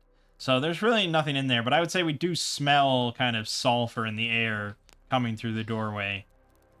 You know, whatever players might deal with that. But Quinn will open the door, and we see an unlit iron brazier standing in each corner of the room, and two large, complicated diagrams rendered in chalk. One is a pentacle, the other just a circle. Etched into the glass of the window like some insane mathematical equation is a long series of magical runes. Each diagram contains a single imperfection. The runes constitute a unique spell designed to summon an Aranyes, a kind of devil. Only a magic user may spot the imperfections, and even then only on a successful secret doors check. A read magic spell is required to decipher the runes, which disappear after use like a scroll. If summoned, the devil immediately attacks, unless the diagrams have been fixed or there is a cat present. A wizard's familiar, perhaps. Jesus. In which case, it bargains like a lawyer. A final note. As this encounter could easily result in a TPK, referees may wish to have the Aranyes grab a single chaotic or evilly aligned character or NPC, whom it drags back to hell and transforms into a lemur. Lemur? Or perhaps it simply laughs, smashes the window, and flies off into the night, only to wreak havoc on a nearby town or otherwise menace the PCs at some later date. Damn. If even the module is suggesting that this creature, like, flies off and doesn't fuck with them, then you know it's dangerous. And looking at its stats, you know, it's got an AC of 17. It's got 11 hit dice, so a lot of health. And it deals 2d4 damage, plus it may paralyze those that it strikes. It also has the spells Detect Invisibility, Fear, Invisibility, No Alignment, Locate Object, Polymorph Self, Produce Flame, and Gate. 30% chance to summon another Aranyes. Jeez. So we kind of look over this very clearly occult scene, and pretty much just back out. Like, we don't need anything to do with that. Then we have stairs leading upwards again, but we want to finish this floor, so we're going to go... there's the balcony, but I don't think there's specifically anything out there that's even listed. No, nothing. So, you know, maybe we walk up to the the doors to the balcony and look out, and we don't really see anything out there. Maybe some potted plants or something, I don't know. But next we're going to go to the double doors and we're going to listen. We're going to listen real good. 19. We got to hear something here. We hear my music shut off. Okay. The master bedroom. This room may only be accessed via the chimney arising from the fireplace in the parlor on the ground floor. The doors are fashioned from an indestructible alien alloy and only open for Tazamak himself. The windows, including the one in the nursery, are protected by glass-like steel spells. Okay, so we don't hear anything. We hear just the void. And the doors don't budge. The doors look strange. They're like metal, but it's no metal that we've ever recognized or seen in our lives. It just looks weird.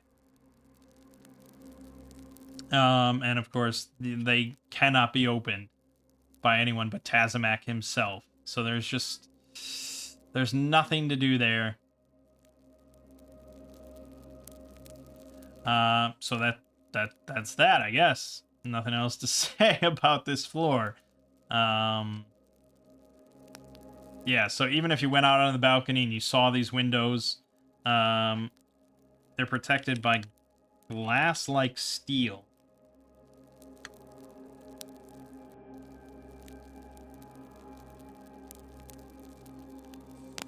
Glass steel spell. What is this?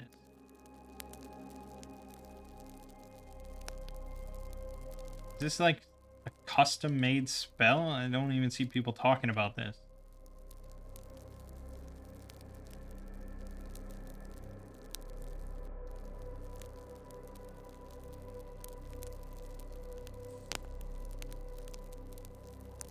No, it doesn't even like... There's not even like a spell that exists called this. Weird.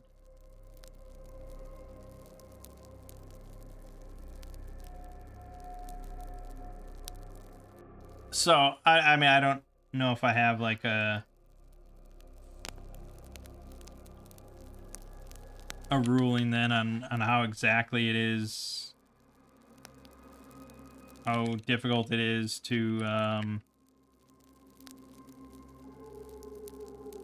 oh, here's from some sort of second edition.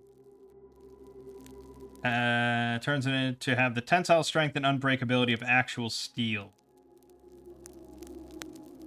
Armor class of the substance is 1.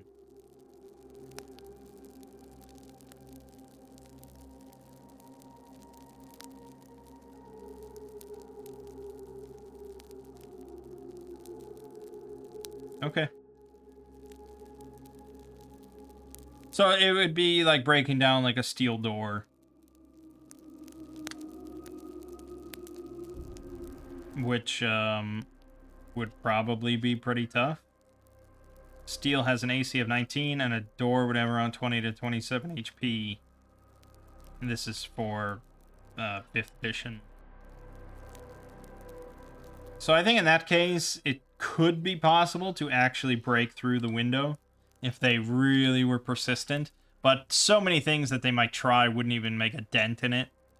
It would be pretty easy for them to just give up and not even assume that they could get in. So I don't think it's much threat of them breaking in that way. At the same time, I don't know if you'd really easily realize that... You'd have to basically realize that, man, that would be iffy.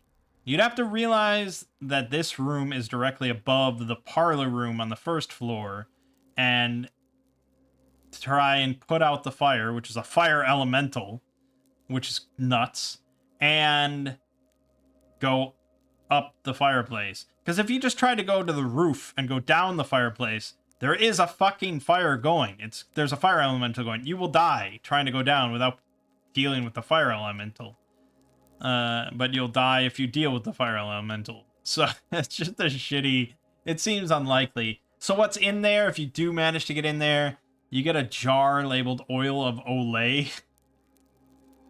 Oh, God. You get the Electrum key needed to open the wall safe in the gallery, which is like the big treasure. But then when you open a closet, skeletons begin pouring out of the extra dimensional space at 1 per round. The only way to stem this unholy tide is to shut the door, which requires, ironically, a successful open doors roll. An open doors roll? Yeah, so an unlimited stream of skeletons. Which is kind of funny, because it would be funny to just leave that door open and see what happens. I think eventually your campaign setting just destroys itself. But that's funny. Because imagine, like, the density of the skeletons in there required to, like... I guess they burst open the walls first. The room doesn't mention that if the walls are indestructible. It just mentions the windows. So I think you could theoretically bash through the walls. The indoor walls. That would be easier. So eventually the skeletons would get dense enough in there to just burst through the walls themselves. And then they'd keep pouring out through the rest of the house, fill up the whole house, burst out. The house would eventually collapse. That might shut off the skeleton closet. And that might be DM fiat there on whether it just continues to go. Because now the door is, like, busted. And so it just keeps puking out skeletons until the whole world gets filled. That would be fun. That would be a fun campaign, because then players would have to go back. I mean, it's like, what did you expect would happen, I suppose? But players would have to manage their way marching across just millions of skeletons to eventually make it back to the nexus point that they left open and find a way to disable the extra dimensional portal that's just continually puking out skeletons. That's a fun campaign idea. But anyways, the other closet is a bathroom. It's got a tub. No, it's got a toilet that magically whisks away any organic waste it touches. And at the bottom of the tub is a rubber ducky, which any adventurer worth his salt ought to be able to find a use for. Perfect. Then there's also the nursery, which is in there as well. So room 27. And that contains... a chest filled with a whole mess of expensive, finely crafted toys, including a gilded music box of gnomish manufacture, 100 gold piece sapphire, a stuffed owlbear, kaleidoscope, and a wooden rattle. If anyone takes the rattle and shakes it, it immediately turns into a giant rattlesnake. Get it? Yeah, it's hard not to get. Thank you. And attacks probably with surprise. And that's no joke either. 14 AC, 4 hit dice, 2 attacks, dealing 1d4 damage, plus poisonous bite. So that's fun. But we can't get to any of that stuff unless we deal with the fire elemental. Okay, lastly, let's head up to the attic. We're going to listen here to the door at the top of the stairs. We got a 20 total. So if anything's in there, we're going to hear it.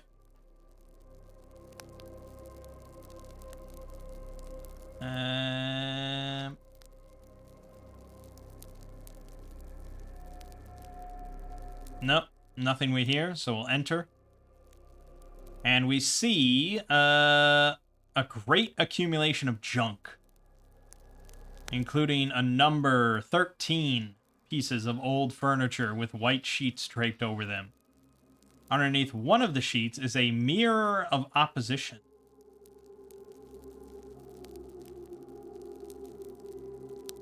And there is one notable exception. The sapient sword, Eleanor, treated as a secret door for the purpose of discovery. The rest of the items here are mundane and for the most part worthless or broken. Any character who searches here automatically gets one roll on the table in Appendix D, Toys in the Attic. Okay, fun. So let's all roll a search to try and find Eleanor. Let's set this at a 15 DC. So Erlmar gets +4. He got the 15. He's going to find it. Handra got a 19. Also could find it. Quinn, -3. He rolled a crit. That's a luck token as far as I'm concerned. And he's the one that's going to find the sword. And Walmira, with a -1, rolled a 2. Okay, so Quinn finds this longsword +2. Oh shit, man. This is it. This is the new sword. Why is longsword so overrepresented? It's ridiculous. That's a good weapon to pick. We're taking this. Eleanor, longsword, +2. Okay, so this is... I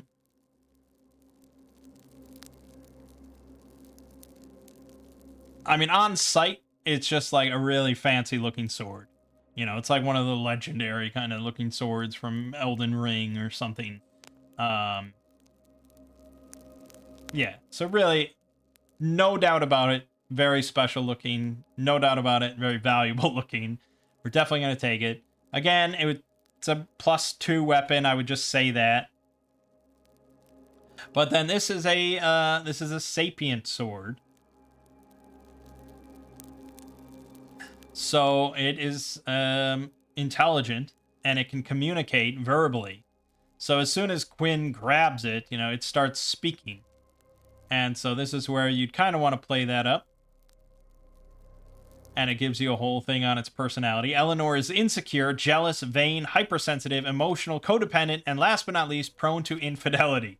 She will not tolerate other weapons on her wielder's person. She vehemently dislikes other women and will not tolerate her wielder having a relationship or being intimate with one. She abhors cowardice or caution, even when it's the better part of valor, screaming things like coward or oh the shame whenever her wielder backs down from a fight or runs away, after which she may refuse to be drawn for hours, days, weeks, or until the wielder has somehow obtained her forgiveness. Basically, a serious pain in the rump. Yeah. So, despite being a +2 longsword at level 1, which is fantastic, it's gonna require a lot of, you know, role-playing aspects there.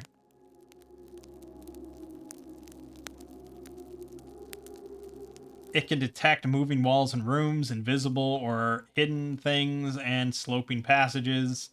It has clairaudience as a power. It's pretty great as far as all its stats, but yeah, the fact that if you try and back down from a fight or run away, she screams out that you're a coward, and then she might refuse to be drawn for hours, days, or weeks, or until you earn her forgiveness. Yeah, I mean, 13th Age is kind of like this with its magic items, where they're meant to be very role-playing aspect. They all have quirks that a player is meant to play up if they have those items equipped and stuff like that. So how much of a drawback this thing's existence is sort of on the DM's part.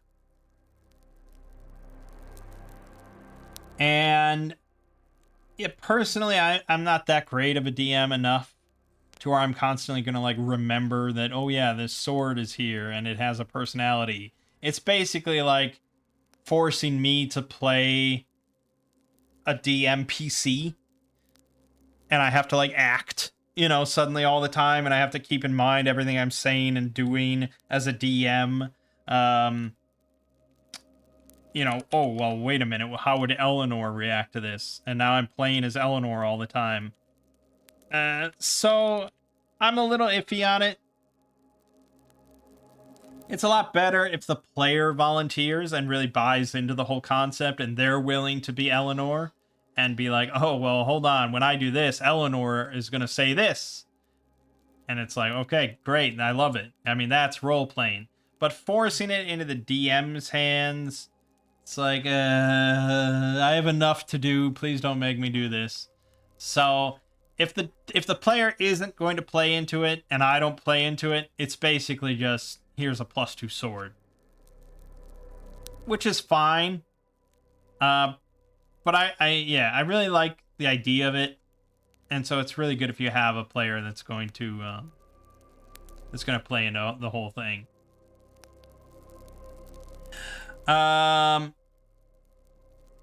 Anyways, the other three get a roll on this Toys in the Attic chart. So Earlmar gets a croquet mallet, Croquet is awesome. Can be used as a club.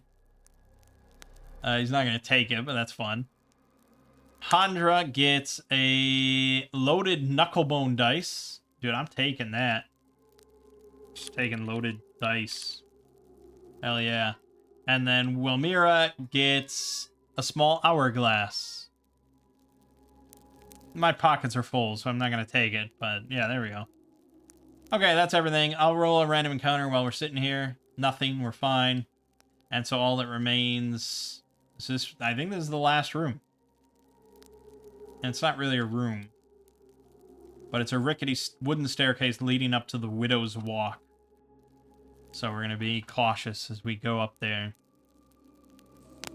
So it's a wide platform surrounded by a waist-high metal railing with a modestly sized cupola in the center. The cupola... What is a cupola? Cupola. Oh, it's one of those little huts on the top of houses that you see sometimes. I've never had a house or visited a house that had one, I don't think. Or if it did, I never went up into the attic to, like, inspect it. But yeah, it's a relatively small, usually dome-like structure on top of a building. Often serving as a roof lantern to admit light and air, or as a lookout.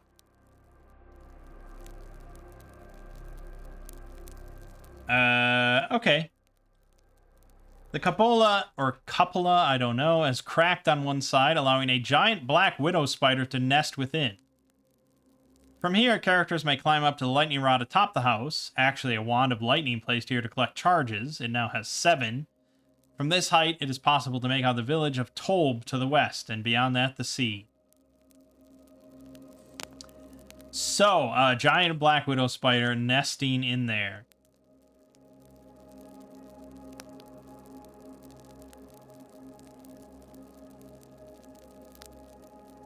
Do black widows make webs? Yes, they certainly do. Black widows are tangle web weavers.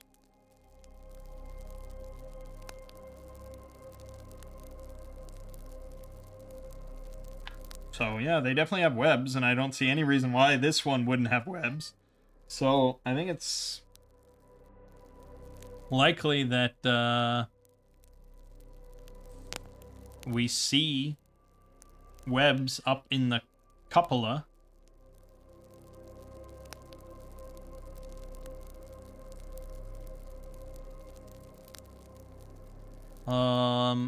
I think, like, if anyone even approached it to, like, look up or something, like, that spider is primed.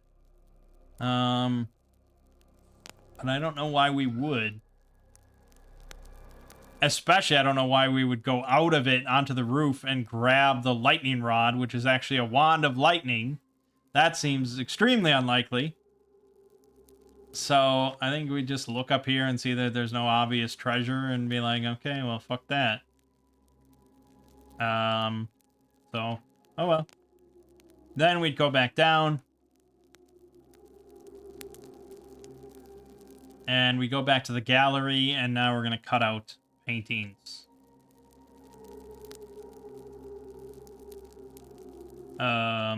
So what can we, how many can we carry?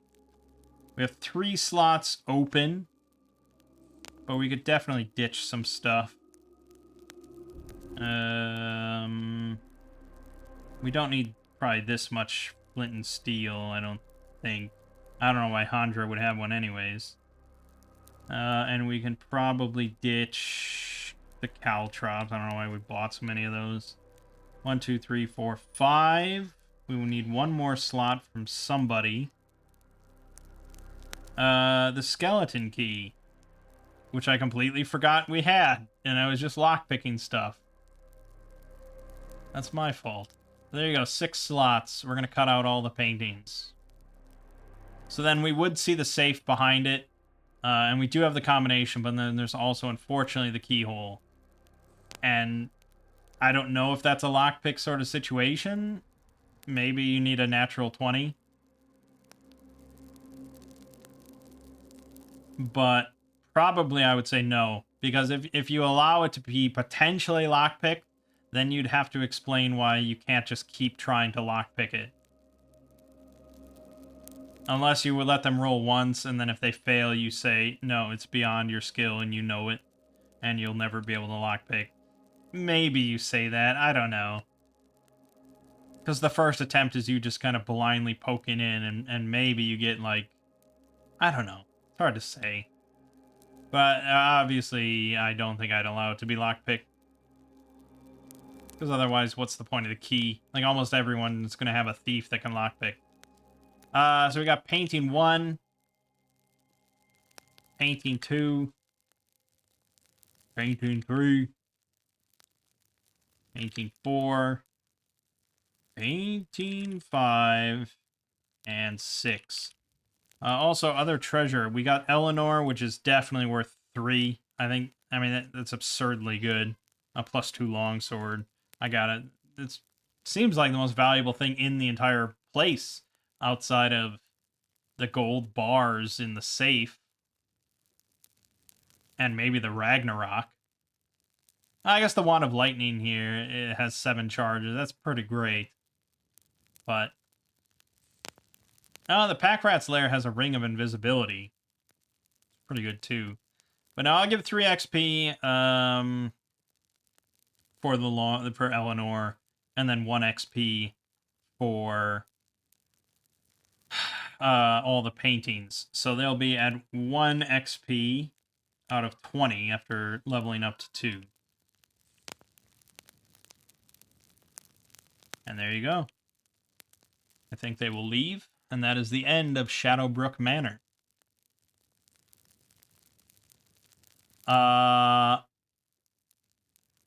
Pretty fun, I think. I enjoyed this. I enjoyed this one quite a bit. I think I may have enjoyed this more than the Lost Citadel, because I didn't really overthink much here. Lost Citadel, for some reason, just the way it's written, or just the things that are included in it, just kind of threw me off.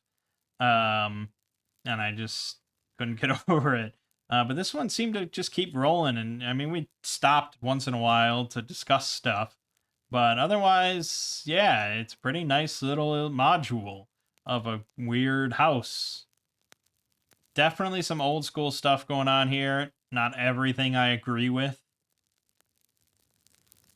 But I do think there's some very fun ideas throughout this thing. You know, the withdrawing room that keeps moving away from you. The sapient brain trying to take control of you. The like the crocodile tears and the Ragnarok are really fun items. I even think like the fire elemental being in the fireplace is really cool. I just didn't want to fuck with it. The skeleton that you have to bury, and then that leads you back to the cemetery, stuff like that. Yeah, overall, I'd say it's pretty pleasant. I might actually run this now that I've read through most of it, changing a few things to make it fit in better with Shadowdark. There is a decent amount of combat if you want it. There's the ghoul. You could potentially fight the boar, zombies, the homunculus, Miera.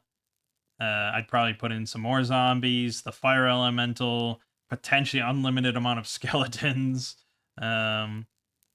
Yeah, certain things. The giant frog, that was fun. Yeah, so not too shabby. Not too shabby. And all of us survived. A big part of that, though, is obviously, like, I'm reading all the rooms. You know, I don't know what they are when we get to them, but we're kind of, we avoided a lot of stuff just because I'm like, well, why would I go in there? I tried to rationalize it. I think I did okay, and we certainly could have died. Like I said, if Quinn had gotten charmed, it would have been pretty bad. And we had characters go down multiple times. So had Earlmar lost his cure wounds at any point, it could have been a lot worse. But yeah, it was fun, and that's all that really matters. So Shadowbrook Manor for Labyrinth Lord, I recommend it, I suppose, if you're looking for an old school little haunted house experience. It's not super lengthy. It's not a mega dungeon or anything like that.